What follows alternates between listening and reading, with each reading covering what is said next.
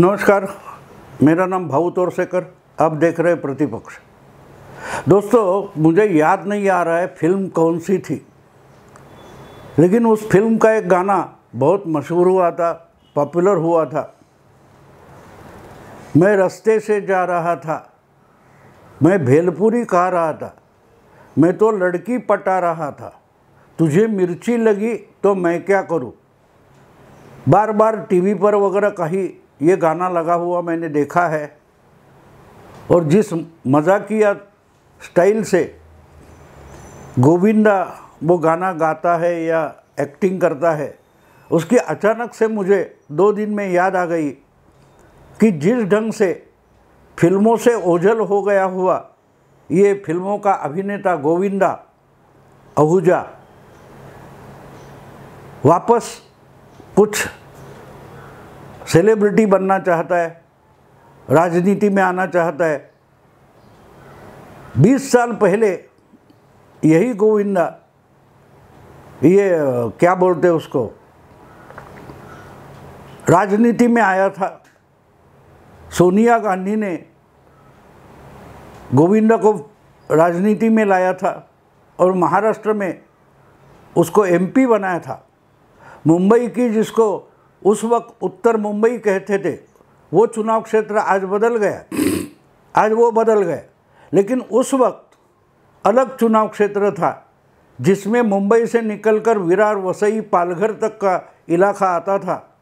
आज की उत्तर मुंबई अलग है, उस वक्त की उत्तर मुंबई अलग थी, क्योंकि मुंबई में मुंबई से बाहर के 2 विधानसभा क्षेत्र जिससे जुड़े हुए थे उसको उत्तर मुंबई बोला जाता था। आज की मुंबई, उत्तर मुंबई जो है, वो पूरी की पूरी मुंबई क्षेत्र में आती है, और वहाँ से गोविंदा चुनाव लड़ना चाहता है। और जो 5 साल कांग्रेस का एमपी रहा, संसद सदस्य रहा, वो गोविंदा अभी अचानक एकनाथ शिंदे की शिवसेना में दाखिल हो गया। और वो उत्तर मुंबई से नहीं, बल्कि वायव्य मुंबई से, यानी उत्तर पश्चिम मुंबई जिसको कहा जाता है, वहाँ से चुनाव लड़ना चाहते हैं। 2004 का या उसके पहले का उत्तर मुंबई चुनाव क्षेत्र अलग था। मैंने कहा आपको कि 2 विधानसभा क्षेत्र मुंबई के बाहर से उसमें जुड़े हुए थे, अब वो नहीं है, और वो उत्तर मुंबई भी अलग हो गई। अब आहूजा जहाँ, गोविंदा जहाँ रहता है या उसमें उस वक्त लड़ा था, उसमें से आधा हिस्सा आज की उत्तर पश्चिम मुंबई में आता है, जहाँ से 2009 में संजय निरुपम कांग्रेस की टिकट पर जीत गए थे, और 2014 और 2019 में जो अखंड शिवसेना थी उसके गजानन कीर्तिकर लोकसभा पर चुनकर गए थे, जिसको आज उत्तर पश्चिम मुंबई बोला जाता है। अंधेरी से लेकर कुछ बोरीवली या कांदिवली मिलकर कुछ होता है। तो कहने का मतलब ये, वो गोविंदा अचानक से शिवसेना में दाखिल हो गया, जो पिछले 10-15 साल से राजनीति में बिल्कुल नहीं था। 2009 के चुनाव में वो अलग हुआ था, फिर से चुनाव नहीं लड़ा था, चुनाव क्षेत्र बदल गया था। उसके बाद गोविंदा फिल्मों में फिर वापस चला गया। तो वो गोविंदा अचानक से राजनीति में वापस आना चाहता है। हाँ, एक बात बोली जाती है, शरद पवार के पार्टी के प्रदेश अध्यक्ष जयंत पाटिल ने कहा है कि बहुत साल पहले से गोविंदा फिल्मों से ओझल हो गया। उसकी कोई आखिरी फिल्म थी, वो तो फ्लॉप हो गई, उसके बाद गोविंदा का नाम तक सुनने नहीं आ रहा था। तो वो गोविंदा अगर आज किसी पार्टी में आता है या चुनाव लड़ता है तो उससे कुछ फर्क पड़ने वाला नहीं है। तो कहने का मतलब है कि मानो कम से कम 10-15 साल जो गोविंदा लोगों की नज़रों से ओझल हो चुका था, फिल्मों में भी नहीं दिखाई दे रहा है कुछ 8-10 साल से, तो वो वापस एकनाथ शिंदे की शिवसेना में आ गए। और कहा जाता है कि उन्हीं को वायव्य मुंबई यानी उत्तर पश्चिम मुंबई से कैंडिडेट बनाया जाएगा। तो क्यों बनाया जाएगा? क्योंकि वहाँ के पिछले 2 बार चुनकर आए हुए जो एमपी है गजानन कीर्तिकर, वो एकनाथ शिंदे के साथ चले गए और उनका बेटा मात्र उद्धव ठाकरे के साथ बचा है और उनके बेटे को ही अब उत्तर पश्चिम मुंबई का उद्धव ठाकरे ने कैंडिडेट बनाया। तो उद्धव ठाकरे का गेम ये था कि अगर पिता एकनाथ शिंदे के गुट से लड़ता है यानी बीजेपी की महायुति से उम्मीदवार बनता है तो उसके खिलाफ महाविकास आघाड़ी का उम्मीदवार कौन होगा, तो उसी कैंडिडेट का बेटा होगा। तो यानी बाप को संकट में डालना, गजानन कीर्तिकर को संकट में डालना, ये उद्धव ठाकरे का दांव था। लेकिन वो दांव अचानक से फेल हो गया क्योंकि खुद गजानन कीर्तिकर ने उम्र होने के कारण देकर या तबीयत का कारण, सेहत का कारण देकर चुनाव लड़ने से ही मना कर दिया। तो एकनाथ शिंदे के सामने और बीजेपी के सामने, महायुति के सामने एक बड़ी समस्या आ गई कि अब अमोल कीर्तिकर जो गजानन कीर्तिकर का बेटा है उसके सामने अगर पिता खड़े नहीं होंगे तो किसको चुनाव लड़ाए। और एक बात थी, अगर बेटा सामने लड़ रहा है तो ममता के कारण बाप भी जानबूझकर कुछ प्रयास नहीं करेगा और बेटे को आराम से चुनकर आने की मदद करेगा। इसलिए महायुति यानी बीजेपी या एकनाथ शिंदे की शिवसेना हो, इन दोनों को गजानन कीर्तिकर उम्मीदवार की तौर पर चाहिए ही नहीं थे। तो फिर ये जगह अगर शिवसेना की परंपरागत गढ़ माना जाता है तो वहाँ से एकनाथ शिंदे को चुनाव लड़ना बिल्कुल ज़रूरी था। तो उन्होंने एक तरीका लड़ाया और गोविंदा जैसे फिल्म स्टार को वापस, जो बेकार पड़ा है तो उसको राजनीति में लाने की कोशिश की। ये जाना पहचाना चेहरा है और दूसरी बात है कि वो मराठी नहीं है, तो हिंदी वोटर भी आसानी से बीजेपी के मान जाएंगे। और मराठी, वैसे तो गोविंदा मराठी भी अच्छी बोल लेता है, उसकी सब परवरिश मुंबई में यानी मुंबई के नज़दीक विरार में हुई है, वो अच्छी मराठी भी बोल लेता है, तो क्यों ना। और गोविंदा को भी वापस आकर कुछ करना है, करके दिखाना है। तो ये सुना जाता है, कहा जाता है कि गोविंदा असलियत में बीजेपी में जाना चाहता था, लेकिन जहाँ से गोविंदा चुनाव लड़ना चाहता है वो चुनाव क्षेत्र अगर बीजेपी के पास है ही नहीं तो बीजेपी वो चुनाव क्षेत्र एकनाथ शिंदे की शिवसेना से मांग भी नहीं सकते थे। तो इसलिए बीजेपी की सलाह पर गोविंदा एकनाथ शिंदे की पार्टी में चले गए। तो सीधा सीधा मतलब ये निकलता है कि एकनाथ शिंदे की पार्टी से गोविंदा उत्तर पश्चिम मुंबई में कैंडिडेट बनने जा रहे हैं।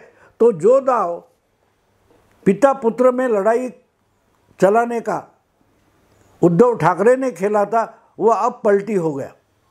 क्योंकि एक बात है कि वहाँ से 2009 में जीते हुए जो कैंडिडेट थे जिनका नाम संजय निरुपम है, वो भी लड़ना चाहते थे और इसलिए उत्तर पश्चिम की सीट जो है वो कांग्रेस को मिले, इसलिए वो भी प्रयास कर रहे थे, कांग्रेस भी प्रयास कर रही थी।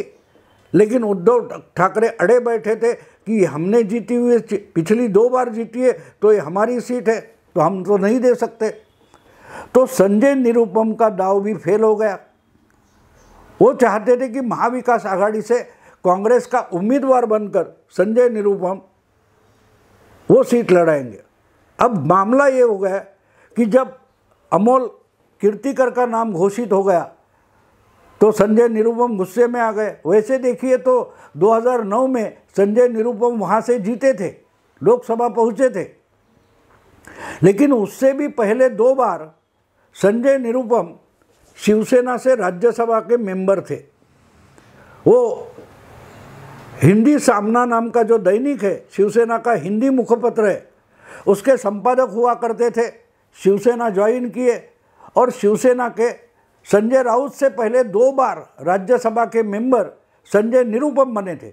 आगे कुछ झगड़े वगैरह हो गए, वो शिवसेना छोड़कर निकल गए, कांग्रेस चले गए, मुंबई कांग्रेस के अध्यक्ष तक बने और 2009 में उत्तर पश्चिम मुंबई से कांग्रेस के उम्मीदवार बनकर लोकसभा चुनकर गए थे।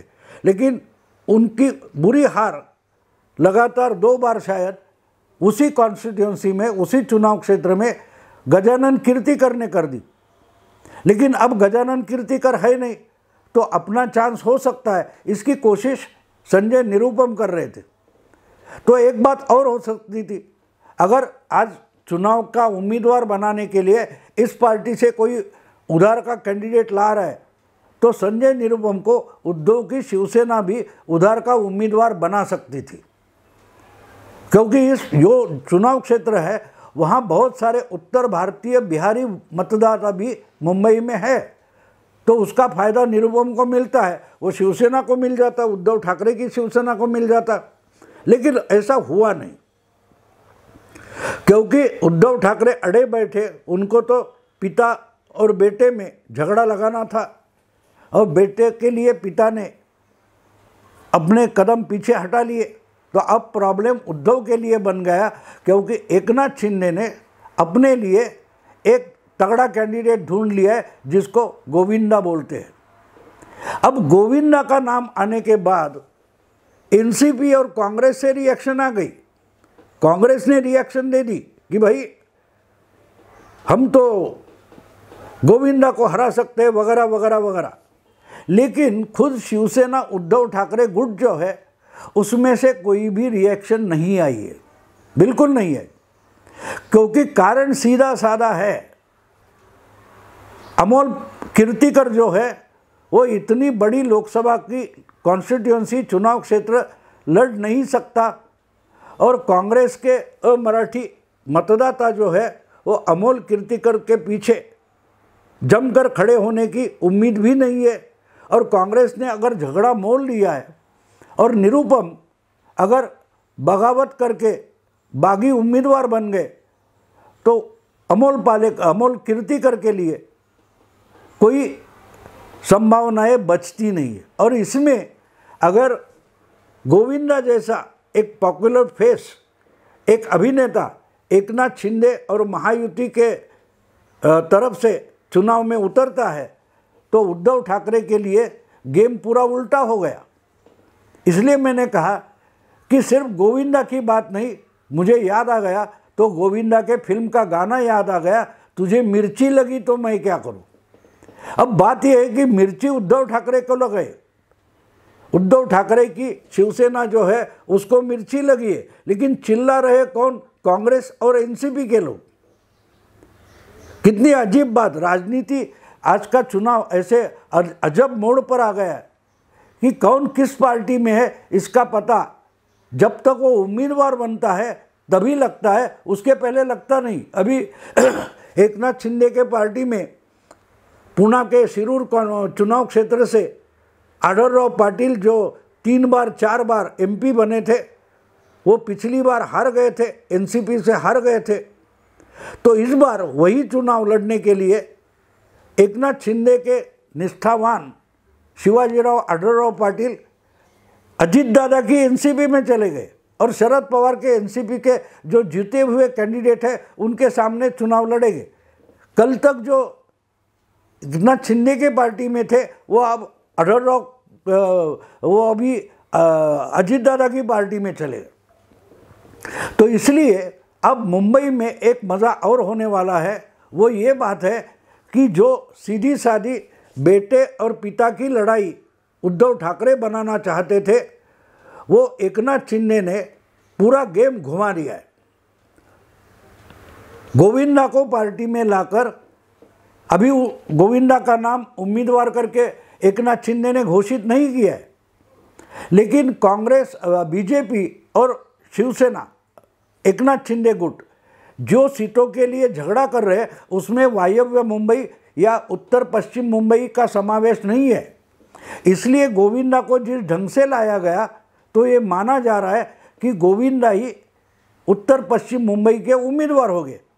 लेकिन उनको लाना, अब एक बात सीधी है कि अगर गोविंदा बीजेपी में जाना चाहता था और उसको एकनाथ शिंदे के पास पार्टी में भेजा गया है, तो ये सब करने वाला सूत्रधार देवेंद्र फडणवीस ही हो गए। क्योंकि महाराष्ट्र में जो राजनीति चल रही है इसमें सबसे बड़ा खिलाड़ी शरद पवार पहले होते थे, अब उनकी जगह देवेंद्र फडणवीस ने कब्जा कर लिए और हर बार उद्धव ठाकरे हो या शरद पवार हो, उनका दाव उल्टा करना, यही मानो देवेंद्र फडणवीस की राजनीति बन गई है। और बिल्कुल उसी तरह से उन्होंने गोविंदा को लाकर एकनाथ शिंदे के लिए एक नया उम्मीदवार दे दिया। तो उसमें एक बात तो हो गई, गोविंदा का रीइंस्टेटमेंट होगा, लेकिन उसमें उद्धव ठाकरे का दाव बुरा फंसा है, क्योंकि उनको तो बेटे को और पिता को लड़ाना था, तो पिता तो हट गया और बेटा ना जीतने वाला है, क्योंकि जीतने के लिए कांग्रेस की ज़रूरत है और कांग्रेस का ही वहाँ का जो स्ट्रांग नेता है, तगड़ा नेता है, जिसका नाम संजय निरुपम है, जो एक बार उसी चुनाव क्षेत्र से लोकसभा पहुँचा है, अगर वही बागी हो जाए तो 2 लाख तो 1.5 लाख वोट तो खराब करेगा। अगर वो कांग्रेस के वोट खराब करेगा और अमोल पालेकर शिवसेना के पूरे वोट नहीं ला सका, तो शिवसेना के आधे वोट और बीजेपी के पूरे वोट लेकर गोविंदा उत्तर पश्चिम मुंबई आराम से जीत पाएगा। तो गेम करने निकले थे उद्धव ठाकरे और उनका ही गेम देवेंद्र फडणवीस ने कर दिया, एकनाथ शिंदे ने कर दिया। और इसलिए मिर्ची लगी इस शब्द का जो मतलब है वो हम समझ सकते हैं। गोविंदा आया तो है, एकनाथ शिंदे ने भी लाया है, लेकिन मिर्ची किसे लगी है? उद्धव ठाकरे को लगी है। देखते हैं चुनाव में अभी क्या होता है, क्योंकि अभी भी अमोल कीर्तिकर का नाम उद्धव ठाकरे ने घोषित किया है, लेकिन एकनाथ शिंदे ने गोविंदा का नाम घोषित नहीं किया। उनको मुख्यमंत्री के निवास पर बुलाकर झंडा पकड़ा दिया, पार्टी में शामिल कर लिया, लेकिन अभी भी उम्मीदवार करके गोविंदा का नाम घोषित नहीं किया है। और संजय निरुपम ने भी आशा नहीं छोड़ी है। उनको लगता है कि शायद शिवसेना अपना हक छोड़ दे और सीट कांग्रेस के पास आ जाए तो वो कांग्रेस से उम्मीदवार बन सकते। अगर नहीं हुआ तो पर्चा भरने के 1-2 दिन पहले संजय निरुपम बगावत कर देंगे। इसलिए अभी पिक्चर साफ नहीं है, पिक्चर साफ नहीं है। लेकिन एक बात तो हमको माननी पड़ेगी कि उत्तर पश्चिम मुंबई के चुनाव के लिए जो राजनीति पिछले 1-2 महीने से उद्धव ठाकरे चल रहे थे, उसके सब फांसे उल्टे पड़ गए। बाप बेटे की लड़ाई तो नहीं हो रही है और कांग्रेस भी इनका साथ नहीं देना चाहती, तो मैत्रीपूर्ण लड़ाई की बात की गई है। लेकिन अगर निरुपम वोट खाते हैं और कांग्रेस कोऑपरेट नहीं करती और गोविंदा अपनी पॉपुलैरिटी बीजेपी के वोट और एकनाथ शिंदे के शिवसेना के वोट लेकर चुनकर आता है, तो नाक उद्धव ठाकरे की शिवसेना का कटेगा। इसलिए मैंने कहा कि तुझे मिर्ची लगी तो मैं क्या करूं, ये गोविंदा कहेगा, बहुत जल्दी कहेगा अगर उम्मीदवार बनेगा तो। और वो कहेगा किसको? उद्धव ठाकरे को। दोस्तों अभी यही रुकता हूँ। अगर वीडियो पसंद है तो लाइक कीजिए, शेयर कीजिए, सब्सक्राइब कीजिए। नमस्कार।